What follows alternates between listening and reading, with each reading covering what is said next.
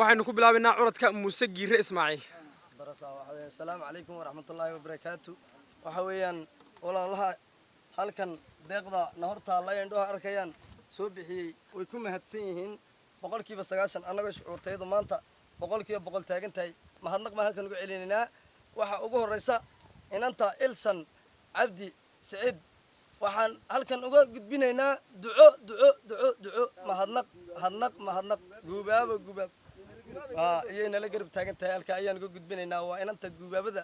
isku kaya xidhaysa walaalaha hollaha ee tooga qurbaha kuwa jooga qaariyadaha kale iyo kuwa jooga halkan Soomaaliland maanta aan taaganahay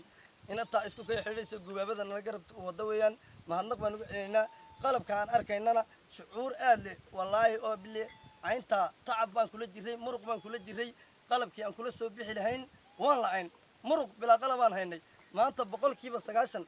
mahadnaq baan ugu celinaa walaalaha iyo tolka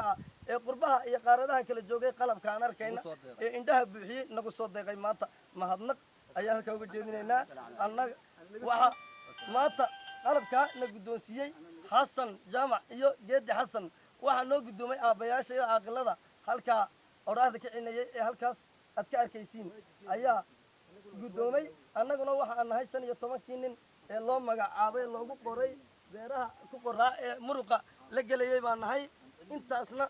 annaguna muruqa yaga insha Allah waxaan doonaynaa kii wax laga helay laga faa'iideystay laga midho dhalo walaalahood iyaguna si caawiya ka farxiya kuwa wax soo biyayna ka farxiya kuwa ma aragtay kale qariyada la joogana bari wax u qabta inaan noqono ayaan annagu rajaynaynaa waxaan uga tagay Abdullaahi Dugsiye assalaamu calaykum waraxmatullaahi wabarakaatuh السلام عليكم ورحمة الله وبركاته. يرتا إلهي بقى محل ولا رايو إلهي بقى